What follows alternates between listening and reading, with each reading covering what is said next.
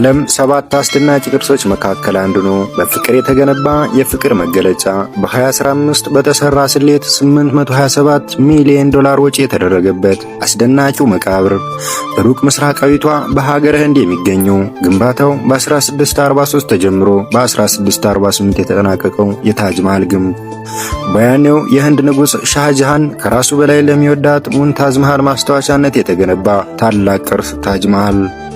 ንጉሥ ሻህጃሃን የሚወዳት ሚስቱን ሙምታዝ መሃልን ያጣው በ1631 14ኛ ልጃቸውን ሲወልዱ ነበር። ይህ ሲቀርቡት የሚያንስ ሲርቁት የሚገዝፍ በነጭ እብነበረድ የተገነባ የፍቅርን ታላቅነት የሚያሳይ ታላቅ የዓለም ቅርስ ታጅ መሃል በ17 ሄክታር ላይ ያረፈ 73 ሜትር ርዝመት ያለውን ይህንን የፍቅር ማስታወሻ ለመገንባት ከ2000 በላይ የጉልበት ሰራተኞች ከ500 በላይ ዝሆኖች ተሳትፎበታል።